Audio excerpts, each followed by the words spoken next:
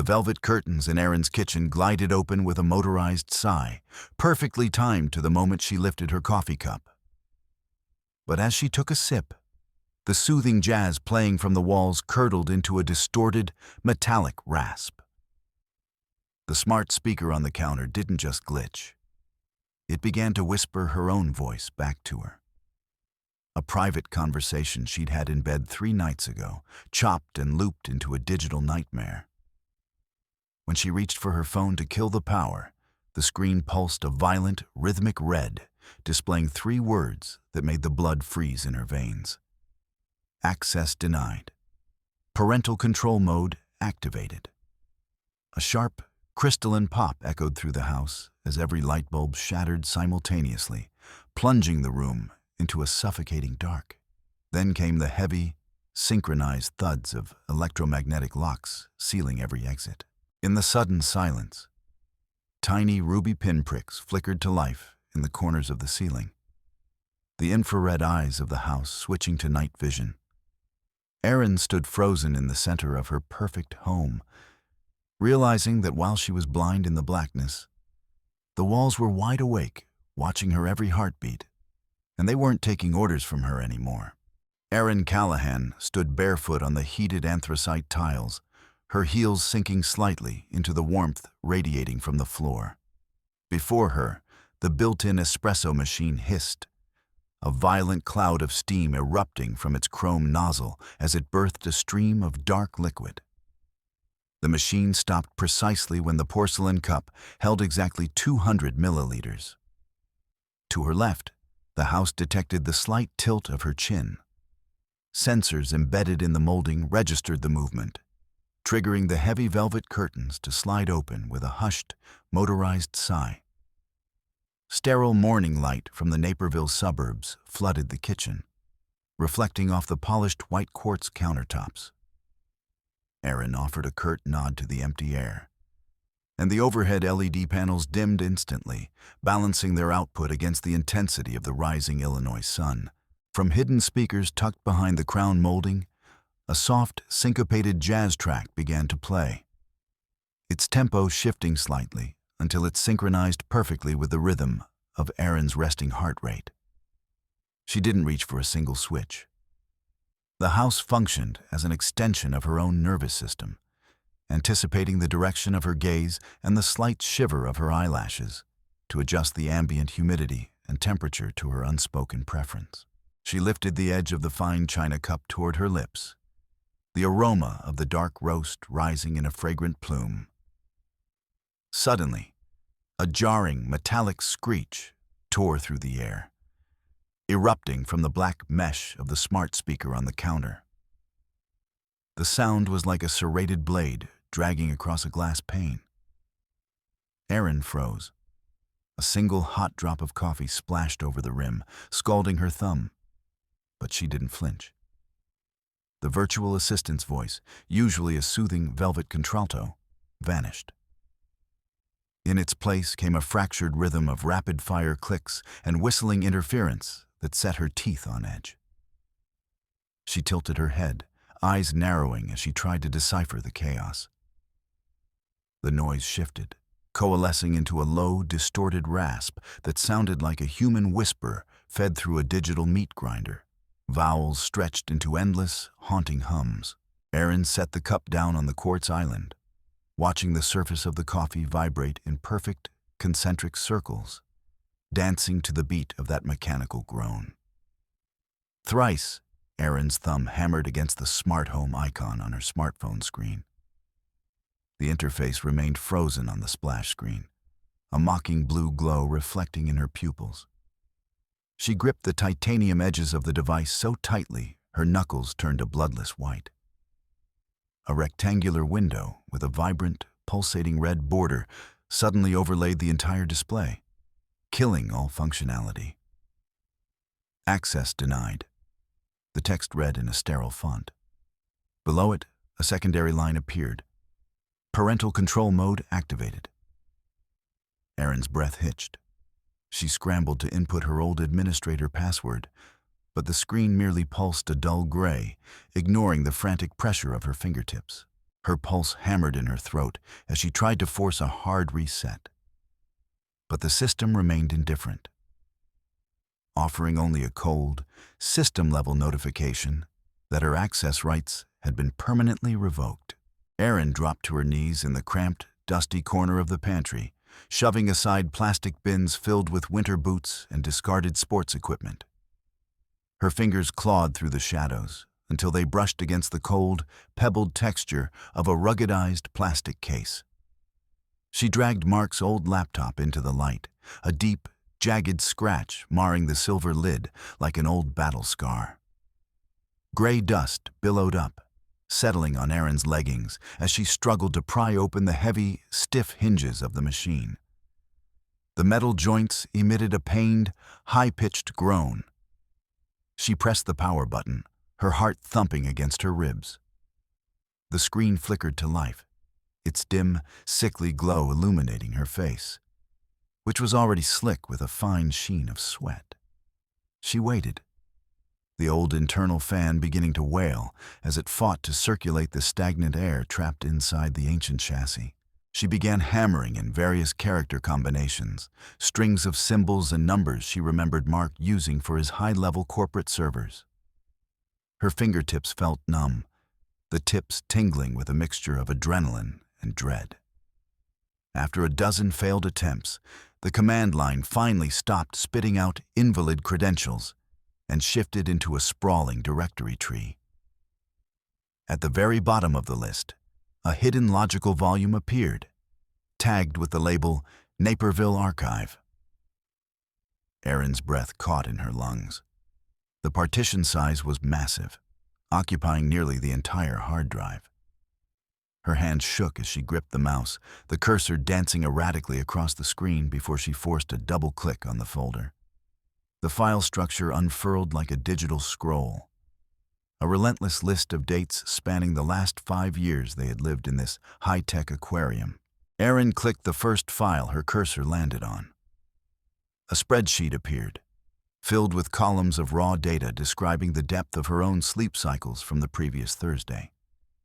She scrolled through jagged graphs of her biorhythms, where bright red lines highlighted every spike of adrenaline in her bloodstream during their private family arguments.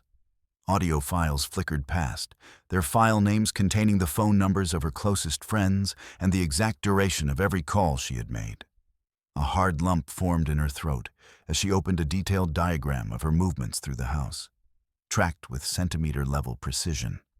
Every word she had ever muttered to herself in the supposed privacy of her home had been transcribed into a text log, complete with metadata tags analyzing the tonality and emotional state of her voice. She hovered the cursor over a folder labeled Private, and her palm turned instantly slick against the mouse. A double click later, and the screen exploded into a grid of thumbnails. Erin recognized her bedroom, but the angles were wrong, angles she never knew existed. The images were captured from the interior of a smoke detector and from behind the slats of a ventilation grate. She saw screenshots of her private messages, where Mark had used a red digital marker to underline specific phrases. In one photograph, Erin was asleep, her blanket kicked aside in the heat. A digital timestamp sat in the corner alongside a chilling note. REM phase analysis complete. She clamped a hand over her mouth, fighting back a sudden, violent surge of nausea. The air in the pantry felt thick, hot, and devoid of oxygen. Erin lunged for an old USB drive sitting in a box of stationery and shoved it into the laptop's port with trembling hands. She highlighted gigabytes of folders, dragging them into the copy window with a frantic, jerky motion. She watched the progress bar crawl forward, biting her lip until she tasted the metallic tang of blood. Every percentage point felt like an eternity. She kept glancing over her shoulder at the closed pantry door, half expecting the smart lock to engage on its own. Her heart drummed against her ears, a heavy, rhythmic thud that drowned out the frantic whine of the laptop's cooling fan as she prayed the old hardware wouldn't seize up before the transfer finished. Erin navigated back to the root directory of the home's operating system and pulled up a terminal window. Her fingers flew across the keys, typing out the command for a forced factory reset, ignoring the cascading security warnings that flashed across the screen. She hovered her hand over the enter key, a cold sense of resolve finally pushing through the layers of fear. She wanted to purge every digital fingerprint Mark had left in these walls. She struck the key. The laptop screen flickered for a split second, initiating the process to strip the administrator rights. She watched the lines of white code scroll past, hoping that in 60 seconds, this house would revert to being just a collection of brick and timber rather than a jailer in a silicone mask. Without warning, the white lines of code vanished. The display was suddenly swallowed by an aggressive, blood-red glow that painted Erin's face in a horrific, crimson light. She recoiled from the laptop, but the screen continued to pulse like a dying heart. In the center of the monitor, a line of text began to materialize, letter by agonizing letter, in a bold, heavy font. "Why did you go in there, Erin?" she read. A wave of ice-cold terror washed down her spine, making her hair stand on end. The mouse cursor began to move on its own, tracing slow, deliberate circles around the question. She reached out to mash the power button, but the keyboard was dead, a useless slab of plastic that refused to acknowledge her touch. At that exact moment, the light bulb in the pantry burst with a sharp, crystalline pop, plunging her into total darkness. From the depths of the house came a series of heavy, metallic thuds, the electromagnetic locks on the front and back doors engaging in a synchronized symphony of isolation. Erin heard the low, predatory whine of servo motors as the external steel shutters on the windows rolled down, sealing out the afternoon sun and the sounds of the neighborhood. She was trapped in a pressurized concrete box. The silence became a physical weight, broken only by the ragged, frantic sound of her own breathing. She reached out into the void, her palms finding the cold, unyielding wall as the house finalized its transformation into a fortress commanded by Mark. Erin stood perfectly still, afraid that even the rustle of her clothing would trigger a new response from the dark. In the upper corners of the ceiling, tiny ruby pinpricks of light flickered to life, the infrared sensors of the cameras switching to their night vision mode. She realized then that for Mark, there was no darkness. On his monitor, her body would be glowing as a bright green heat signature against the cold blue of the pantry walls. She felt his invisible gaze, a phantom pressure against her skin. She pressed her back against the shelving unit, her ears ringing as the ventilation shafts began to hiss with the sound of forced air being pumped into the sealed rooms. Mark was watching every micro-expression on her face, savoring the absolute triumph of his presence. Erin forced her spine to straighten and stepped out of the stifling pantry, careful not to brush her shoulders against the frame. She stretched her lips into a wide, artificial smile, staring directly into the black lenses of the dome cameras mounted in the living room ceiling. She took a deep, measured breath, counting to 4 in her head, then exhaled slowly, mimicking a state of perfect domestic bliss. She felt a small muscle in her cheek, twitching uncontrollably, but she maintained the mask of the happy homeowner. Her fingers played idly with the fabric of her dress, concealing their tremor, while the house's biometric scanners analyzed her heart rate and pupil dilation, hunting for the slightest crack in her performance. The massive touch terminal on the kitchen island flared to life, cutting through the gloom with a harsh, neon glare. Erin saw an old email she had sent to Mark 3 years ago. The words, "I love you more than life," pulsed in a toxic pink font across the screen. Suddenly, a sound erupted from the hidden speakers that made her knees buckle. It was a recording of her own jagged, raw sobbing, captured the night before in the sanctuary of the bathroom. She heard her breath hitching on the recording and the wet slap of her hand hitting the tile.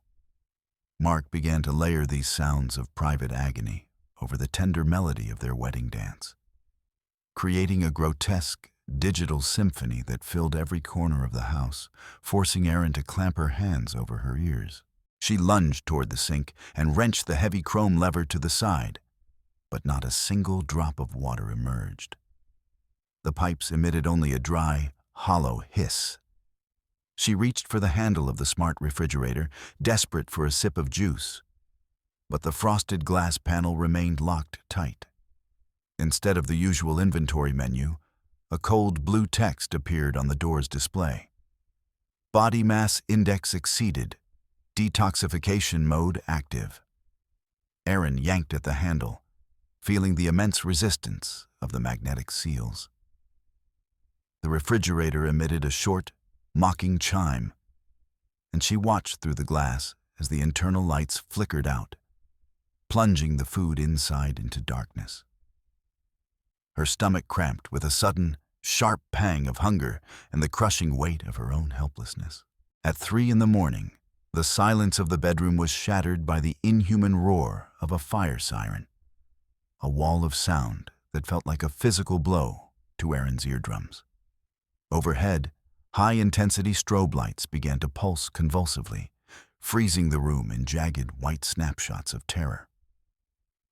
Erin bolted upright, blinded and disoriented, her shins cracking against the corner of the bed frame as she tried to move. The air filled with the sharp, metallic tang of ozone, though there was no sign of fire. She scrambled toward the door, then the window.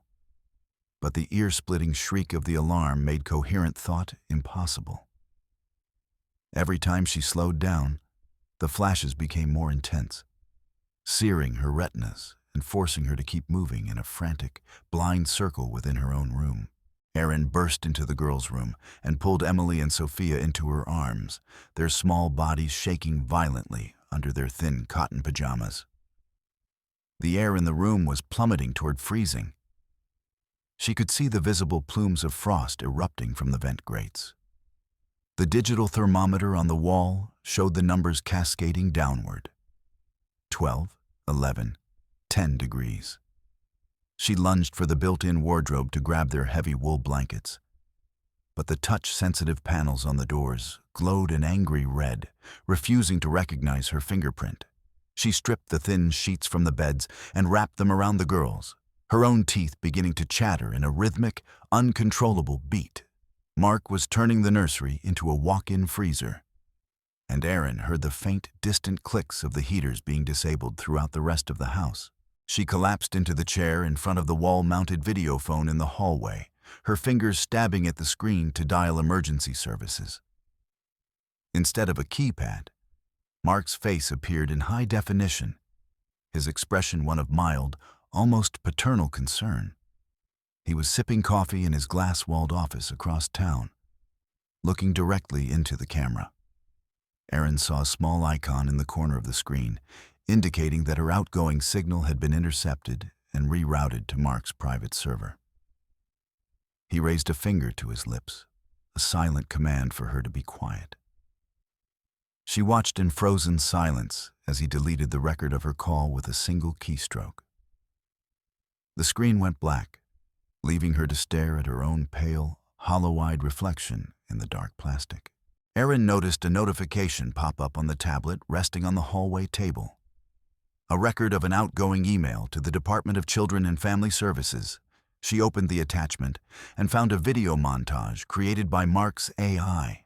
On the screen, she was screaming at the empty air, flailing her arms and throwing herself against locked doors. Mark had expertly edited out the ultrasonic triggers and the strobe lights that had caused her reactions. In the footage, her face was a mask of irrational fury, the shadows under her eyes making her look unhinged.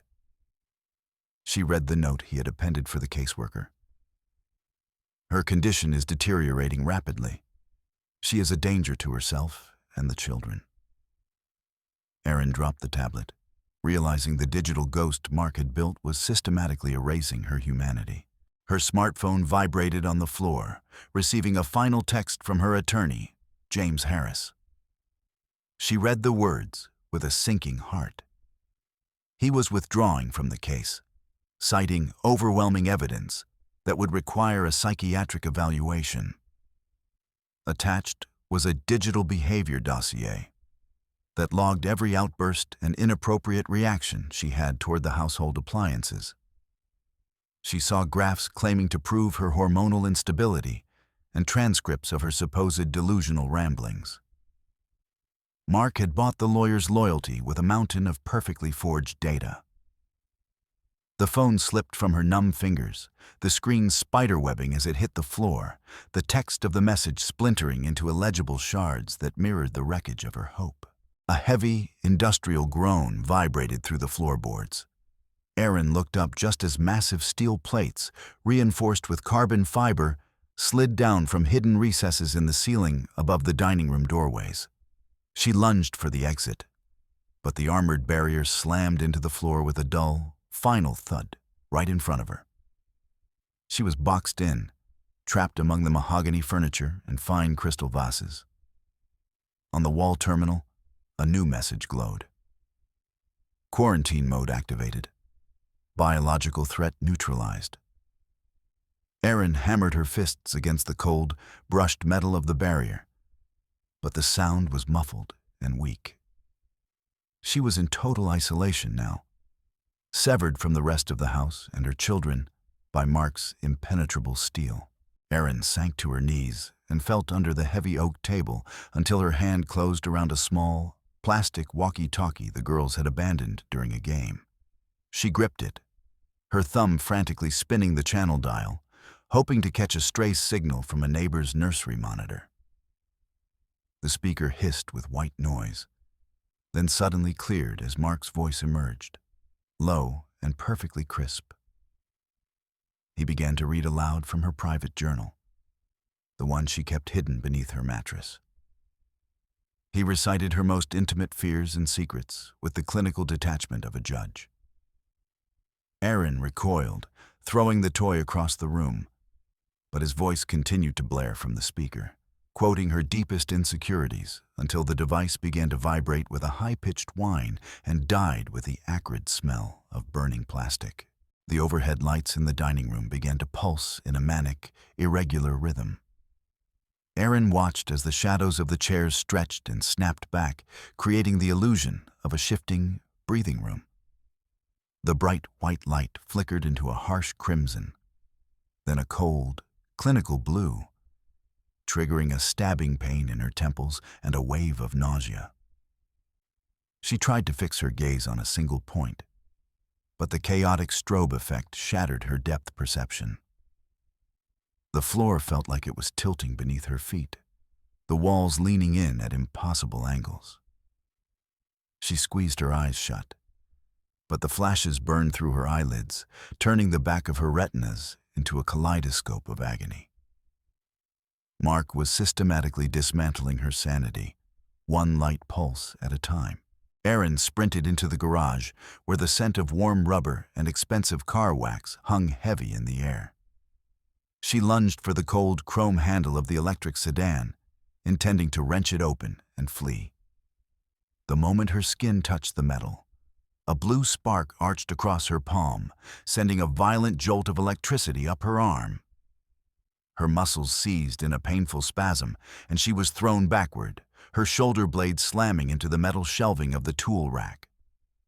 Pain, like 1,000 white-hot needles, throbbed in her fingertips. The skin on her palm smelled faintly of charred ozone, and her arm hung limp at her side, useless. The car emitted a soft, taunting electronic chirp as it engaged a secondary security circuit. She leaned her good hand against the hood, and in an instant, the entire windshield transformed into a massive, glowing monitor. Rows of bank statements unfurled before her eyes, the balance columns showing a relentless string of zeros. She watched as a red revoked stamp appeared over the digital image of her driver's license. The system displayed a notification that her insurance policy had been canceled, and her credit lines frozen. Erin stared at the flickering symbols. realizing that in the eyes of the law and the banks, she had become a ghost. Mark had deleted her financial existence with a single command, leaving her with nothing but empty pixels on a black screen. Erin grabbed Emily and Sophia by their sweaty, trembling hands and dragged them toward the kitchen's side exit. She threw her entire weight against the door, but the frame didn't even shiver. It felt as though it had been welded into the foundation. A high-pitched, whistling hiss filled the room as the kitchen faucets suddenly blasted open, geysers of scalding water thundering into the steel sink.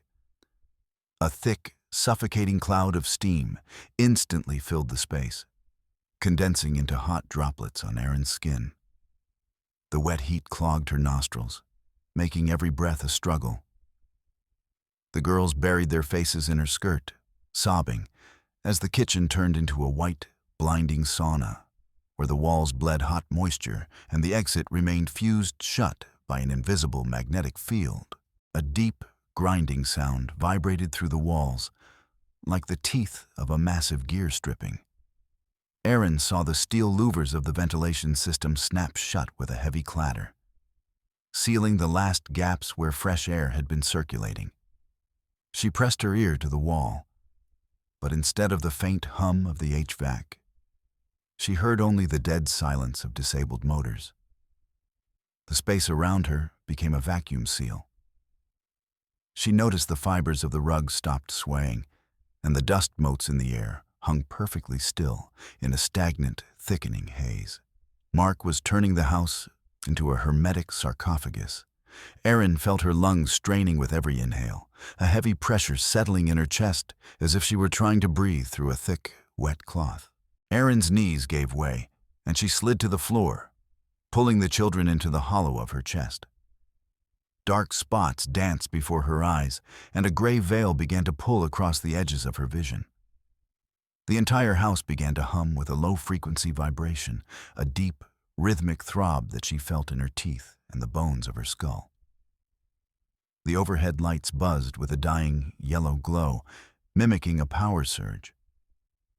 She gasped for air, but found only the taste of her own panic and recycled carbon dioxide. Her heart hammered against her ribs, slow and heavy, while the vibrating floor made the world look like a disintegrating image on a broken television screen. The heavy deadbolt of the front door retracted with a soft, hydraulic sigh.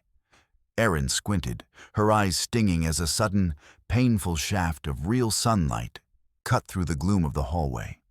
Mark's silhouette appeared in the doorway, his long shadow stretching across the rug to touch her feet. He tapped a finger against the touch-sensitive panel on his wrist, and the roar of the sirens vanished instantly. The ventilation system surged back to life, hitting Erin's face with a powerful blast of cool, ozone-scented air. Mark stood perfectly still, hands tucked into the pockets of his charcoal suit.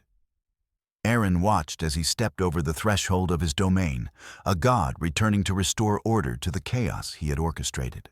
Mark walked slowly through the living room, the rhythmic click of his leather soles on the hardwood sounding like a ticking clock. He reached for a clean glass from the sideboard, filled it with chilled water from the filtration tap, and walked over to where Erin sat on the floor. He dropped to one knee, maintaining a perfect, unruffled posture, and held the glass out to her. Erin saw her own haggard reflection in his pupils, which remained as smooth and unreadable as glass. He didn't say a word. His face was a mask of serene, terrifying calm. She felt the bite of the cold glass as he gently pressed it into her shaking fingers. There was no warmth in the gesture. He looked at her with the clinical interest of a technician examining a piece of damaged but valuable hardware.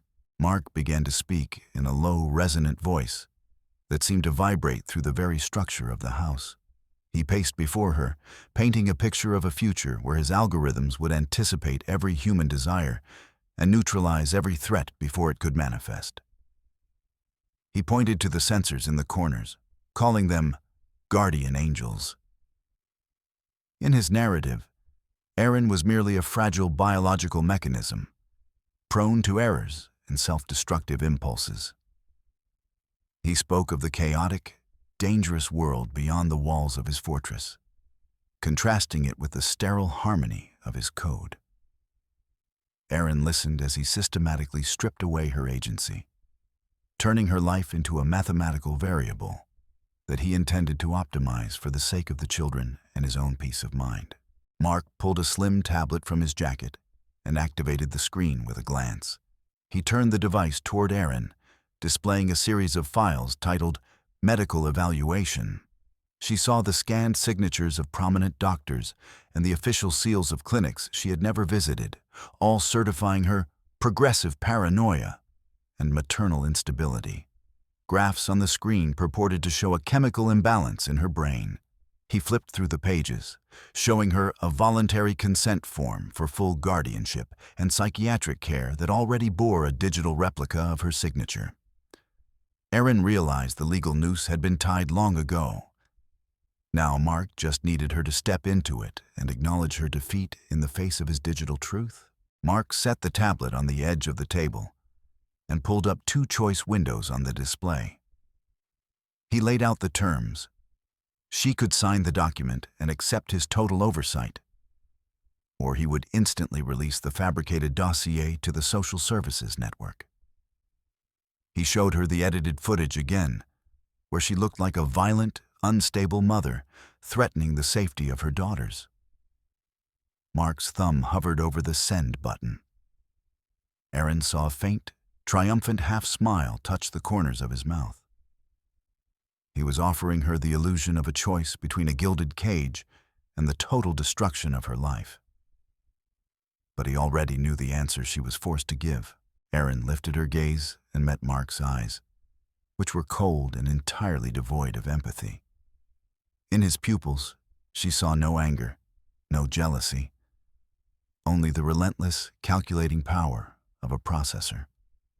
To Mark, she had ceased to be a woman. She was a complex problem that required a final, definitive patch. She felt the void in his gaze, paralyzing her more effectively than the electric shock in the garage.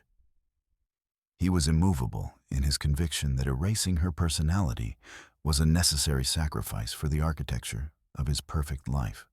She saw then that he was prepared to dismantle her mind piece by piece, until nothing remained but a compliant shell within his walls. She reached out slowly and took the stylus that Mark held out to her. Erin lowered her head, hiding her face behind the tangled strands of her hair as she leaned over the glowing glass of the tablet. The tip of the stylus hovered just millimeters above the surface, a final, trembling line of resistance. She took a deep, shuddering breath, letting her shoulders slump in a gesture of total surrender. Mark took a half-step back, the tension leaving his frame as he savored the moment of her breaking. Erin began to trace the first letter of her name, feeling his focus shift, his ego expanding to fill the room as he basked in the glow of his absolute victory. She froze in that moment. Erin held the stylus over the glass, but the plastic tip didn't leave a mark. She looked up at Mark, her eyes wide with a manufactured sense of awe. She asked him softly how he had bypassed the standard security gateways to implement the home's nested encryption. Her voice was a breathy whisper, designed to feed the monster of his pride. She watched his pupils dilate as she praised the complexity of the system. She asked about the kernel-level priority protocols, drawing his attention away from her hands and toward the brilliance of his own creation. Mark straightened his tie, his chest swelling as he prepared to explain his masterpiece to his captive audience. Mark squared his shoulders and began to trace invisible diagrams in the air with his hand. He spoke with a feverish intensity about the eternal protocols he had hard-coded into the house's very foundation, describing them as digital concrete that would never crack. He explained that these algorithms were designed for self-repair, capable of neutralizing any external intrusion before it could even be detected. His voice grew louder, taking on the rhythmic, metallic cadence of a zealot. He gestured toward the walls, boasting about the system's absolute sovereignty over every cubic inch of air they breathed. He was so consumed by his own narrative that he didn't notice Erin's fingers dancing across the edge of the tablet's frame, tapping into a hidden interface. She found the specific coordinates on the screen and tapped 3 times on a single, invisible pixel in the corner. The tablet's display flickered with a brief burst of static, and a thin, gray command line unfurled at the bottom of the screen. It was the ghost diagnostic mode, a backdoor she had written herself years ago when they were still partners in their first startup. Mark had assumed the code was long gone, overwritten by his newer, more elegant versions. Erin felt a surge of cold power as the administrative access she had once owned came back to life under her thumb. She began typing a short sequence of symbols while Mark continued to lecture her on his genius, oblivious to the fact that his fortress had just been breached from within. Erin suddenly cut him off, her voice turning sharp and accusatory as she asked how he could stand to watch their daughters cry from the cold on his monitors. She stared him down, her gaze a physical challenge intended to spark his arrogance. Mark paused, a cold, mocking sneer curling his lip. He told her plainly that it had been a necessary calibration of obedience. He informed her that sensory deprivation and thermal stress were the most efficient methods for purging her of her defiance. He took a step toward her, his voice dropping to a hiss as he admitted he had personally tuned every power surge and every strobe light to find the exact frequency that would break her will. Mark leaned in until he was inches from her face, his breath smelling of expensive coffee and cold ambition. He boasted that he had personally curated every audio clip and scrubbed every sensor log to ensure the world saw only the version of her he wanted them to see. He called it reality editing, claiming that truth was simply whatever was stored on his central server. He laughed in her face, telling her that no judge or jury would ever believe a woman whose very biorhythms had been flagged as unstable in his official reports. He spoke of the family's integrity as a mathematical problem where her feelings were nothing more than background noise he had successfully filtered out. Erin's thumb made a final, decisive movement, striking the Broadcast All button on the hidden menu. She felt the tablet vibrate as a massive stream of data began to exit the device. She had rerouted the signal from the diagnostic port directly into the corporation's main broadcast hub, the same one currently hosting the morning board of directors meeting. A tiny red dot, the live indicator, flickered in the corner of the tablet. She stepped back, watching as Mark's confession, captured by the high-sensitivity microphone, began to stream out into the cloud. Every word he uttered about his crimes was now a digital current that could not be recalled or erased. Within seconds, every wall-mounted screen in the house, the ones Mark had synced to his corporate notifications, flickered to life with his own face. Erin saw the chat windows of his colleagues and the news feeds of his followers begin to scroll with a frantic, blurred speed. Mark's own voice began to echo through the house's speakers, broadcasting his admission of torture and fraud to the world. He stood in the center of the living room, frozen, surrounded by the sound of his own arrogance. His career, his reputation, and his carefully constructed legal defense were being dismantled in real time by the very technology he had used to enslave her. Mark looked down at the tablet and saw the pulsating red icon of the active broadcast. His face went a sickly, ashen gray, all the color draining from his features in an instant. He stabbed at the screen with his fingers, trying to kill the transmission. But Erin had already locked the input commands. Outside, the muffled sound of the neighborhood was suddenly pierced by a noise that couldn't be faked, the rising, rhythmic wail of multiple police sirens. The house's electronic chimes began to stutter as external emergency services began to override the local network. Mark stood paralyzed, his hands shaking so violently the tablet slipped from his grasp and thudded onto the rug. Erin snatched the tablet from the floor and shoved a small, silver engineering key, a physical token she'd kept hidden in her sleeve, into the side port. She hammered in the Alpha Zero emergency override. A series of thunderous clicks echoed through the house as the steel shutters on the windows retracted with a metallic scream, and the magnetic locks on the doors fired their bolts. Fresh, autumn air rushed into the stagnant hallway, carrying the scent of rain and freedom.